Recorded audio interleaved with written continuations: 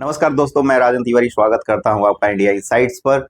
जैसा कि आपको पता है, दिल्ली विधानसभा का आज रिजल्ट आ चुका है और आज रिजल्ट आने के बाद में केजरीवाल साहब की विदाई तय हो गई है। और केजरीवाल जो 2013 से लेके अभी तक यानी लगभग 12 वर्षों से सत्ता पर जमे हुए थे, उनकी विदाई निश्चित तौर पर ये जो एक नई तरह की पॉलिटिकल उभार थी उस पर सवालिया निशान खड़ा करता है। एक ऐसी पॉलिटिकल पार्टी बनकर आई थी जिसको बोला जा रहा था कि डेमोक्रेटिक डेमोक्रेटिक चेंज आएगा इससे देश में, लेकिन डेमोक्रेटिक चेंज क्या आया? इनका खुद का खटिया खड़ा हो गया। हालांकि ये अभी भी पार्टी पंजाब में शासन में है, यानी कि रूलिंग पार्टी के रूप में है और वहां पर इनकी सरकार है। लेकिन आज सबसे ज्यादा खुश कौन होगा? देखिए, सबसे ज्यादा खुश तो मुझे कुमार विश्वास दिख रहे थे अरविंद केजरीवाल और मनीष सिसोदिया की हार पर। दोनों जो है दिग्गज नेता, दोनों हार गए हैं। और देख लीजिए, दूसरा जो है कौन बहुत ज्यादा खुश होगा कोई व्यक्ति इस संसार में, तो दूसरे हैं स्वाति मालीवाल, जिनका की झगड़ा चल रहा था अरविंद केजरीवाल के साथ में और मारपीट का भी आरोप लगा था उनके ऑफिस में। स्वाति मालीवाल के द्वारा लगाया गया था आरोप अरविंद केजरीवाल पर। तीसरा अगर मेरे हिसाब से अगर कोई खुश होगा आदमी तो वो होगा योगेंद्र यादव क्योंकि योगेंद्र यादव भी पुराने इनके जो है साथी रहे और फिर बाद में अपना अलग सारा कुछ बना लिए, पार्टी वार्टी भी बनाए। और आप जानते ही हैं, ज्यादा और क्या चर्चा किया जाना चाहिए, लेकिन योगेंद्र यादव भी खुश होंगे। एक और अगर इस कड़ी में देखा जाए तो प्रशांत भूषण, जो कि सुप्रीम कोर्ट के बहुत ही वरिष्ठ वकील हैं, वो भी कहीं ना कहीं आज बहुत खुश होंगे। उनके मन में भी लड्डू फूट रहा होगा और जो है बहुत सारा मिठाई बांट रहे होंगे। लेकिन देखिए, दरअसल ये जो चुनाव है इसमें एक बात स्पष्ट है कि जैसे हरियाणा के चुनाव में कांग्रेस जो है वो मात्र 0.9% मत से पीछे रह गई थी और आम आदमी पार्टी जो है उसको 1.79% मत मिला था। और कहीं ना कहीं, हालांकि ये तो बहुत एक, ये नहीं कहा जा सकता है कि आम आदमी पार्टी के कारण ही वहां पर कांग्रेस हारी, लेकिन मत प्रतिशत तो इनका भी रहा और 3 से 4 सीटों पर आम आदमी पार्टी जो है इनको नुकसान पहुंचाई थी। हालांकि दिल्ली में आप देखेंगे तो लगभग 10 सीटों पर, सीधे सीधे 10 सीटों पर कांग्रेस ने आम आदमी पार्टी को हराने में एक अहम भूमिका निभाई। और एक सीट पर, मुस्तफाबाद की एक सीट है, वहां पर जो है एआईएम ने जो है आम आदमी पार्टी की लुटिया डुबोने में कोई कसर नहीं छोड़ा। इसके बाद अगर देखेंगे तो ओखला सीट पर जो है एआईएमआईएम तीसरे नंबर पे रही। लेकिन एआईएमआईएम के कारण पूरा जो दिल्ली का मतदान था वो पोलराइज हो गया, क्योंकि ताहिर हुसैन और सफीउर रहमान जैसे कुछ लोगों को जो है, जो ताहिर हुसैन का नाम तो दिल्ली दंगों में आया था और उनको टिकट दिया गया एआईएमआईएम की तरफ से, तो मुस्तफाबाद में जो है बीजेपी जीत गई। हालांकि वो मुस्लिम बहुल जो है आबादी वाला विधानसभा है। देखिए, एक सीट जो है एआईएमआईएम और 10 सीट जो है कांग्रेस, वो खेल बगाड़ दी। लेकिन अगर दूसरे तरफ आप वोटिंग परसेंट में आप देखेंगे तो बीजेपी को 45.56% और आम आदमी पार्टी को 43.57% वोट मिला, यानी कि 1.99, यानी कि लगभग 2% मत का ही गैप है। तो बहुत ज्यादा गैप नहीं है। यदि आप और थोड़ा सा बारीकी से अध्ययन कीजिएगा तो देखिए, 6.5% के आसपास में 6.34% जो है वोट कांग्रेस को मिला है। और कांग्रेस 6.5% वोट लाके कहीं ना कहीं आप कह सकते हैं कि लंघी मार दी है। और कांग्रेस के जो लोग हैं आज 0 सीट जीतने के बावजूद खुश हैं कि भैया अब तो हम उखाड़ दिए, अगला बार तो हम कुछ ना कुछ जरूर करेंगे। हालांकि मैंने जितना रिसर्च किया उसमें कहीं से भी कांग्रेस किसी भी विधानसभा में सेकेंड पार्टी भी नहीं रही। कैसे रहेगी? आप देख लीजिए ना, 48 सीट रहे, 48 सीट जो है बीजेपी का और 22 सीट जो है आम आदमी पार्टी का, तो कहीं तो कांग्रेस है नहीं। तो ये तीसरे नंबर की पार्टी रही बहुत सारे सीटों पे, लगभग सीटों पे अगर एक सीट छोड़ दिया जाए मुस्तफाबाद वाला तो। इसके अलावा आप मिल्कीपुर की बात जरूर जानना चाहेंगे आप लोग। मिल्कीपुर अयोध्या का हॉट सीट, जहां पर उपचुनाव हुआ, लेट से हुआ।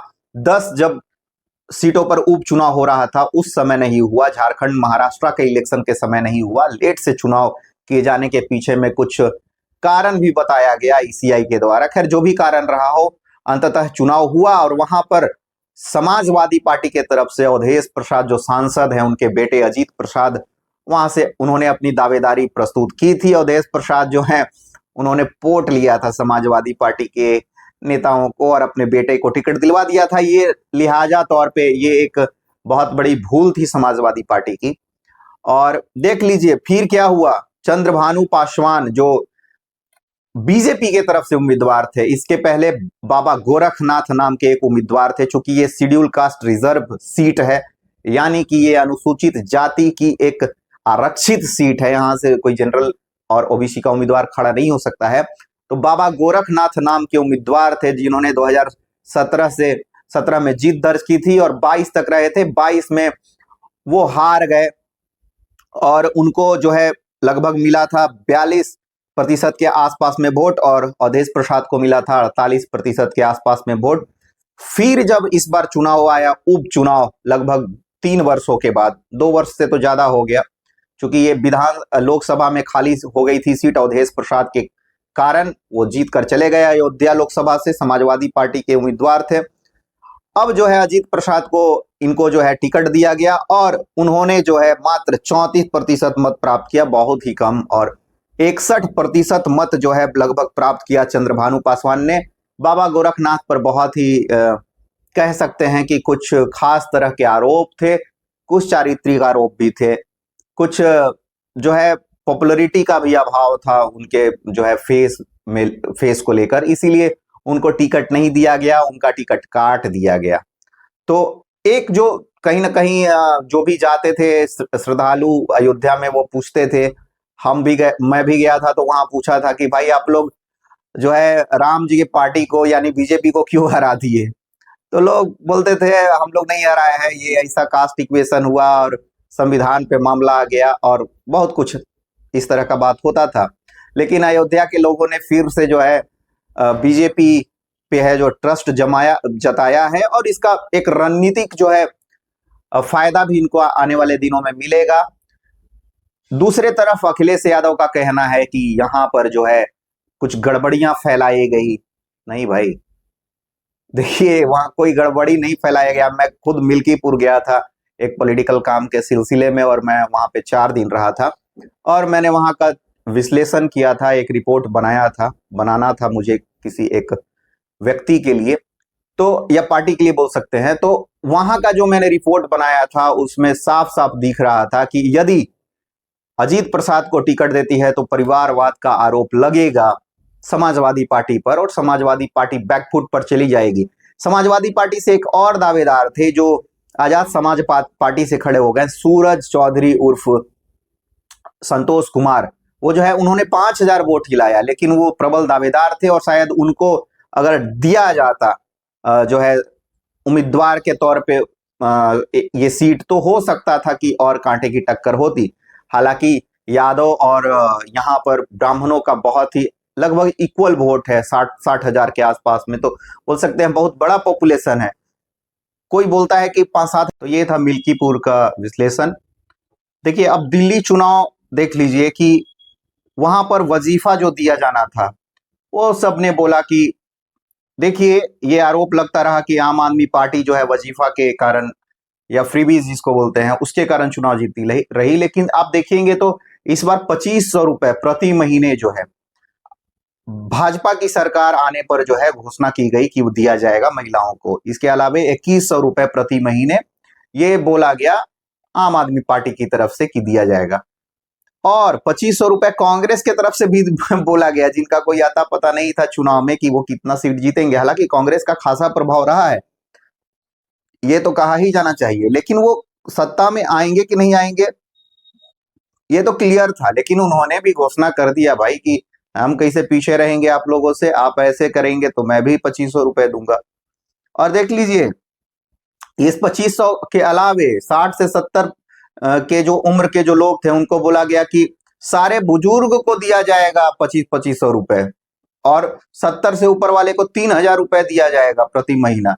ये जो है भाजपा की घोषणा थी, तो इसने भी इम्पैक्ट डाला। दूसरे तरफ पूर्वांचलियों के प्रति जो थोड़ा सा रवैया रहा, जैसे इलेक्शन के ठीक पहले जो है आ गई, 5 तारीख को इलेक्शन था और 1 तारीख को जो है हमारी जो है बजट भारत की आ गई, और उसमें बार बार बिहार का नाम लिया गया, बिहार का नाम लिया गया।